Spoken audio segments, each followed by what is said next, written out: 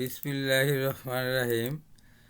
আজ আমি গণিত বিষয়ের নবম দশম শ্রেণীর ত্রিকোণমিতি 9.1 নিয়ে পাঠ দান করতে চেষ্টা করব। এবারে প্রথমে প্রাথমিক ধারণা। আজকে পাঠ 1-এ 30 শব্দের অর্থ 3, কোণ শব্দের অর্থ কোণ, আর মিতি শব্দের অর্থ পরিমাপ। ত্রিকোণমিতির অর্থ 3 কোণের পরিমাপ, অর্থাৎ যে পুস্তক পাঠ করলে ত্রিভুজ আকার ভূমির পরিমাপ সম্পর্কে খুঁটিনাটি বিষয়ে সম্যক জ্ঞান লাভ করা যায় তাকেই ত্রিকোণমিতি বলে। এবারে সমকোণী ত্রিভুজের সূক্ষ্মকোণ অর্থাৎ থিটা কোণের সাপেক্ষে বাহুর ধারণা। আমরা জানি সমকোণী ত্রিভুজের থিটা কোণের সাপেক্ষে তিনটি নাম আছে।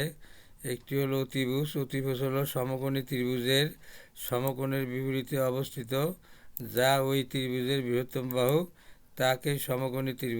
তাকেই অতিভুজ বলে। লক্ষ্য করি চিত্রের সাহায্যে PMO একটি সমকোণী ত্রিভুজ, যার সমকোণ হলো কোণ PMO। এইটি হলো সমকোণ, আর এইটি হলো অতিভুজ। 90 ডিগ্রির বিপরীতে অতিভুজে আমি লাল রঙের বাহু দ্বারা চিহ্নিত করেছি। আর থিটা কোণ হলো, এই কোণটার নাম হলো POM অথবা MOP। এই কোণটা থিটা কোণ। এই থিটা কোণের সাপেক্ষেই এই ত্রিকোণমিতির বাহু তিনটি ধারণা আজকে। তবে যদি আমি অতিভুজ অন্যভাবে বলি যে সাধারণত থিটা কোণের সংলগ্ন এবং লম্বর সাথে যুক্ত সমকোণের বিপরীত বাহু হলো অতিভুজ। লক্ষ্য করি এটি হলো অতিভুজ। এবারে থিটা কোণের সাপেক্ষে সন্নিহিত কোণ। এই সন্নিহিত কোণ হলো সাধারণত থিটা কোণ ও এই সমকোণের সাথে সংযুক্ত যে রেখা অংশ, সেটাই হলো যা ভূমির সাথে সাহিত, তাই হলো সন্নিহিত বাহু। লক্ষ্য করি এটি হলো থিটা কোণ, এটা সমকোণ। এই থিটা কোণ আর হলো এই সমকোণের সংযুক্ত যে বাহু OM, এই OMটাই হলো সন্নিহিত বাহু। এবারে বিপরীত বাহু। এই যে সমকোণী ত্রিভুজের ক্ষেত্রে থিটা কোণের সাপেক্ষে বিপরীত বাহু।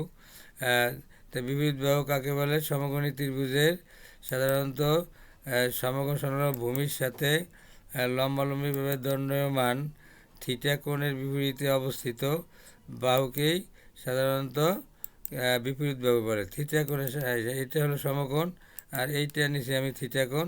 এই থিটা কোণের বিপরীত পাশে যে বাহুটি এই বিপরীত দিকে, তাই হলো সাধারণত বিপরীত বাহু। আমরা পরিমিতির বেলায় যাকে লম্ব বলি, ঠিক আছে। পরিমিতির বেলায় তখন আমরা এই লম্বালম্বিকে লম্ব বলি, সমকোণ সংলগ্ন। আর এই যেটি থিটা কোণ এবং অর্থাৎ এই কোণ আর এই কোণের সাথে ভূমির সাথে সাহিত্য আছে, তাকে বলি হলো ভূমি। আর সমকোণী বিপরীত বলে অতিভুজ, এটা পরিমিতির বেলায়। আর ত্রিকোণমিতির বেলায় হলো অতিভুজ, তারপরে সন্নিহিত বাহু, বিপরীত বাহু। ধন্যবাদ সবাই, যে যেখানে আসো ভালো থাকো। আল্লাহ হাফেজ।